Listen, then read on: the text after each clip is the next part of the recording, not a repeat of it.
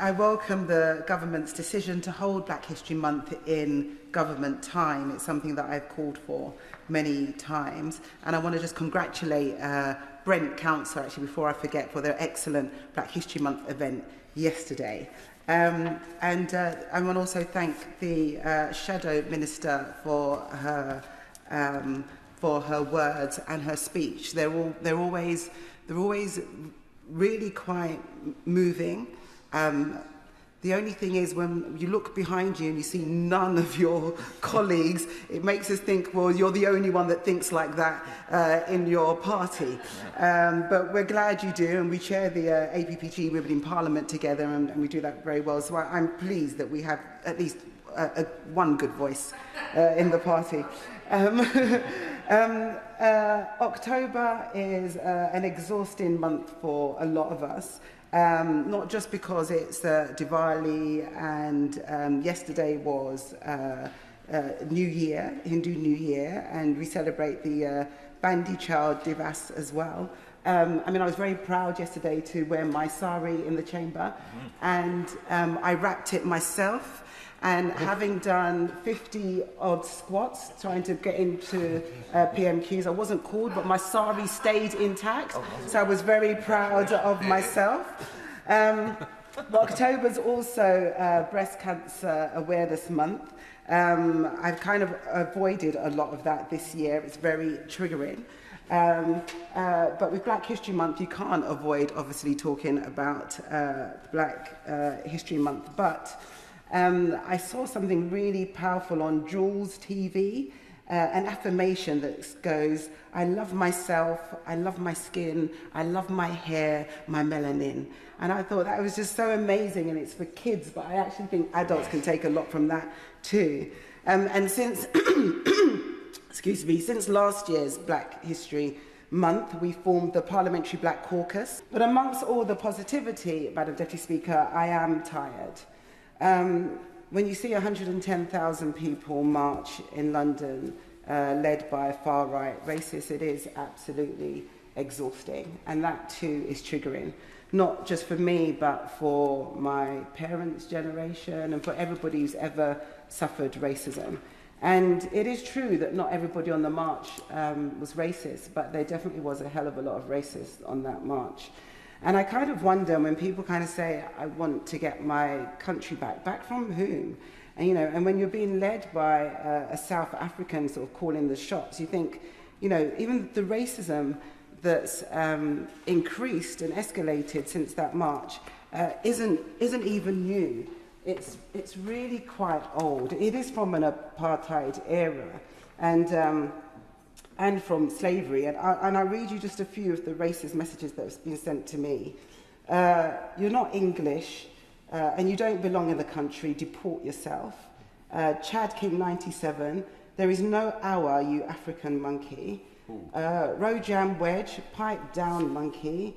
Bahix 1905, fuck off you ape. Another one, you're going home, you know it, we know it. It just gets worse and worse and worse. And I say, it's not new. They haven't even upgraded their racism. It's just old, pathetic, annoying, but it is scary. Yes, absolutely. I'm grateful to my wonderful friend. A young lady that came to work for me years ago said she had never seen the word nigger so often in her life, and she didn't expect that. I thank the Mother of the House, who receives more abuse than every single MP in this House. And so sometimes you wonder, and this is why sometimes the disregard or the disrespect, you think, when I came into Parliament in 2005, there were only one black woman, and it was Diane, it was the Mother of the House. When I came in 2005, and Mother of the House has suffered offensive and horrendous abuse. And the thing is this, so what do we do, Madam Deputy Speaker? How do we stop it? How do we end it? And the thing is, let's start with the flag. The flag is for everybody who's British, right? So those people who have not tried, they have weaponised it, and they've always weaponized it. And I've always said, when my brothers were chased down the road by skinhead, racist thugs wrapped in the flag to kick their heads in, I've always said if we're going to reclaim the flag, we have to reclaim it with a narrative and with context. You can't just put the flag and everything and think that's going to be okay. I mean, there's a couple of things that I would like to see. I'd like the government to work with the royal family to change the word empire to excellence. I mentioned that many, many years ago, but I think now's the time. Now the royal family is looking to modernise. I think this will be a great way to modernise, because at the end of the day, we are recognising people who are excellent in this country. And I wonder, if we were to unite instead of fight, what would change? And I think that's what there's a lot of people that are scared about. You know, the people who are trying to get other people to hate, they're monetizing that. They are using that to make money. And as we've seen by a lot of people, money doesn't make you happy.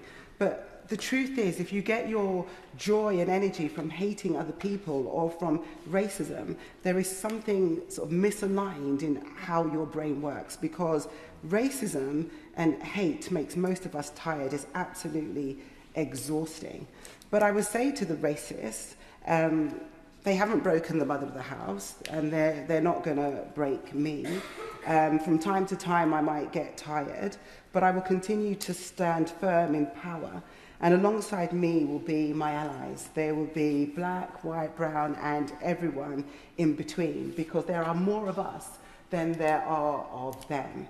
And if you don't believe me, there is a clip of an incident that happened in Brent just recently. There's a white woman called Miranda.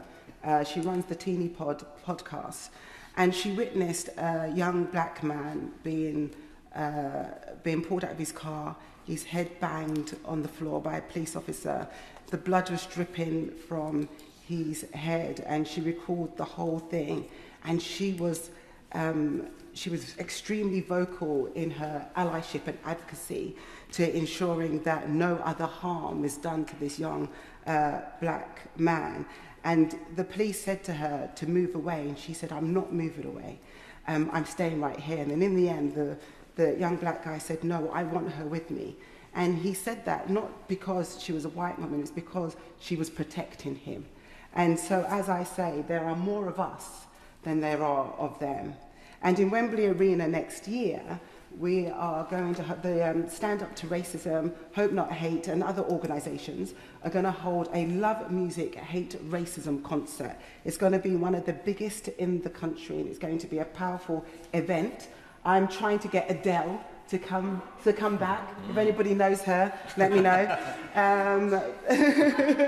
But we will have the biggest names in the music industry, and we will show how great Britain is through our diversity and the love of music and not racism. And I want to end with some words from John Lewis, the civil rights activist. And he said, "Do not get lost in a sea of despair. Be hopeful. Be optimistic. We used to say that ours is not the struggle of one day, 1 week, or 1 year. Ours is a struggle of a lifetime, or even many lifetimes. And every one of us, from every generation, must do our part. And if we believe in the change that we seek, then it is easy to commit to doing all we can.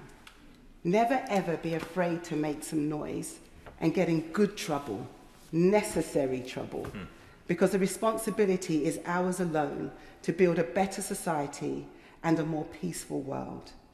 Our power, Madam Deputy Speaker, lies not in money, not in media or control. Our power lies in our numbers and in our courage and our collective fight for justice. It is against them, those that try to divide us. But when we stand united, Madam Deputy Speaker, we will win."